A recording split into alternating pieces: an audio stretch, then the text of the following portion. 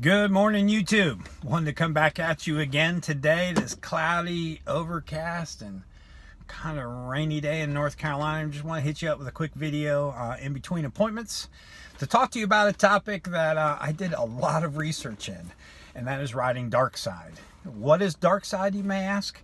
Darkside is when you put a car tire on your motorcycle. Yes, that's right. You take off the rear wheel, the rear rubber, you mount a car tire on it and put it on your bike. Now you may be thinking, Yogi, why in the world do I want to put a car tire on my bike? That's a great question. Reason being, car tires can get 30,000 or more miles on them, which means you're putting one car tire on for like 3 motorcycle tires. Also, it's kind of cool. I did this, actually I did it to my fat boy back in 2013. I went online, did a whole lot of research. There's a place called, what's it called? Darkside. If you Google Darkside motorcycle forums, you will get a website that talks all about riding Darkside. It talks to you about what it is, why people do it, and they also have a list. It'll say tires up on the top. If you click on that, it pulls up a whole bunch of different motorcycles and what people have put on their bikes, and also at what PSI they run those tires at. So I did this back in 2013 on my fat boy. I went online and did a lot of research on that website there, and I found I have a 150 size motorcycle tire on the back of my fat boy. As most Softails, 98, 99, up to like 2006 or 8, before they started going to the wider rear tire. Most of them, I think, come stock with a 140, but you can fit a 150 on there. So I was running a 150, either Metzler or primarily Metzlers or what I was running. I didn't really care for the Dunlops as much. But so for a 150 tire, I found from a store out of Pennsylvania, there's I think it's called Universal Vintage Tire out of Pennsylvania. An Allstone, the brand was called an Allstone, and it was a 175 16. It was sold as a vintage taxi car tire. Well, that tire fit on my rim, so I mounted it and stuffed it under the fender. Let me tell you, it was stuffed under the fender. It barely fit, but it fit. But when you'd hit some bumps every now and then, so there's like some grommets where your turn signal wires go through. It did rub the left side of that, left side of my turn signal wires, and wound up rubbing the protective cover off, and I wound up having to replace it. But I ran that tire. I rocked that tire for probably about 8,000 to 10,000 miles. My review of it was, I liked it, but it wasn't right for my bike. At about 8,000 miles, when I started driving it, when I first put it on there, it was fine up to 90, 95 miles an hour. I wasn't really seeing any problems. Riding in the corners, couldn't really tell much of a difference. I was really digging it. I was really enjoying it. And I thought, yeah, man, this is the way to go. Because that tire, it was $164 compared to a Metzler, which was right around $148. So for 15, 20 bucks more, I can ride this car tire, and it's gonna last me at least 3 times as long as this motorcycle tire. So I was really digging it. I was enjoying it. But as the miles got put on, and I got upwards of 8,000 miles on that tire, as I would get up to higher speeds, I started noticing a back end wobble. I started getting really bad back end wobble. Around 85 miles an hour, I would start doing it as time went on. Around 80 miles an hour, I'd start getting the back end shimmy and shake. And I was like, ugh. So I increased the air pressure in it, because what I thought was happening is that the sidewalls were flexing on the tire as I was going down the road. And when that sidewall started flexing, I'd start getting a wobble. So I increased the pressure. I think I was running 42, somewhere between 42 and 45 PSI. And and it wasn't fixing the problem. So I'd bump up 2 psi, go out, ride again, see if I made a difference. Nope, go up 2 psi more, go out, ride again, see if I make a difference.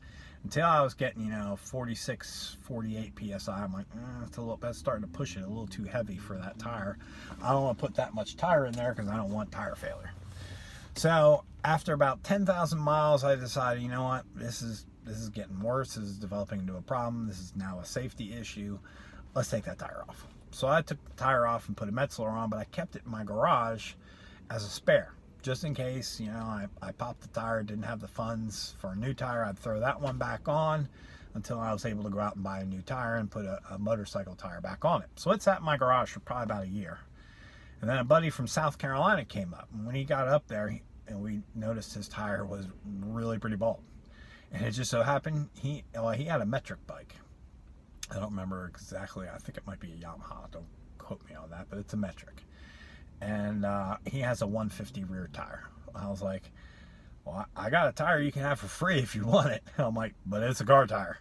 He's like, all right, I'll try it. So we put it on his bike, and that was probably in 2015 we put it on his bike. And here it is, beginning of 2019. I think that tire is still on his bike, and he puts miles on that bike. It's not a garage queen.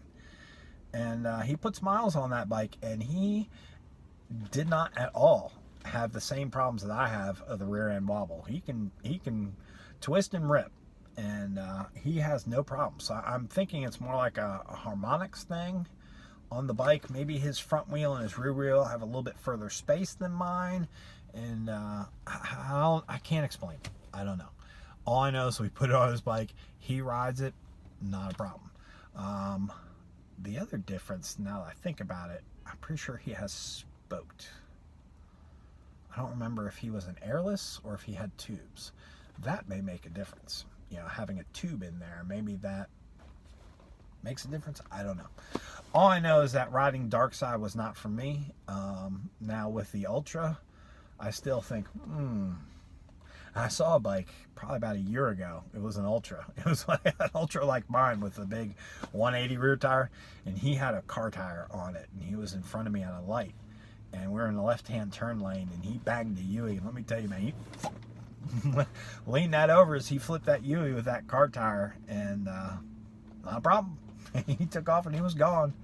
So it looked kind of cool on his bike, but it also looked kind of weird, It's kind of like when you come up behind or the spiders, the 3-wheel reverse trike, with the 2 in the front and 1 in the rear, and you see that one big wide rear tire. It's a car tire.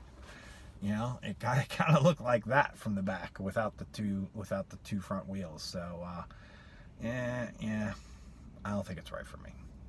I do realize they do get a lot more miles, and I'll give you kudos, a lot more miles. And honestly, in turns for me, it was really no different with a car tire than a motorcycle. I know there's a ton of things back and forth about contact points and the rear end washing out on you with a car tire because you're up on the corner of the tire, where a motorcycle tire is rounded and you have more patch. Well, there's a couple videos out there that kind of disprove that. Your contact patch on a motorcycle tire that's rounded is really only like this. You really only get this side that's touching. This side's not touching the ground, this side's touching on a rounded tire. So how much different really is that than a car tire, which does have flex. So you're not like up on the corner. It's not like you're up on the corner of the tire like that. It will flex some, and the videos that I've seen, it still has basically about the same contact point as a motorcycle.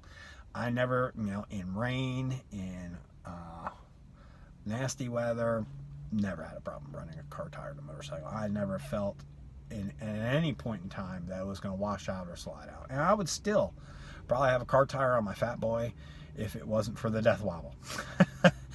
That was a deal breaker for me. But a lot of people at some point in time who ride motorcycles probably get a car tire and a motorcycle. Let me dig into that. Let me do a little checking on that. Let me do a little research on that. And I will tell you, just like oil, the whole dinosaur versus synthetic debate that goes back and forth, and the people are die-hard dinosaur oils and the die-hard synthetics, and which brand is better, Castrol or Amsoil or Mobile One or the Harley brand, or there is many different opinions out there as there are people out there.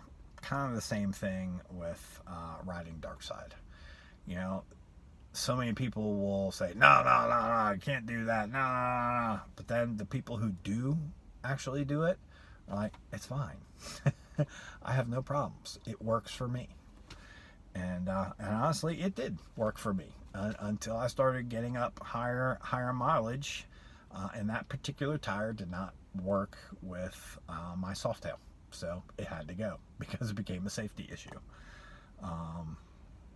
Now, I know that this is a controversial topic, and it'll probably produce a lot of comments, but that's good. Awareness, right? And that's really the whole point of this, was just to throw that topic out there as food for discussion. Always willing to get topics from you guys. Bring them to me. Let's talk about them. Let's figure it out. So thank you for joining me today on Yogi's Cycle Service. I hope you have a wonderful day. Please remember to like, to subscribe, to share. Tell all your friends about it. Tell your grandma about it. I want her watching my channel too. All right, y'all. Have a great day. I'll talk to you soon. Take care.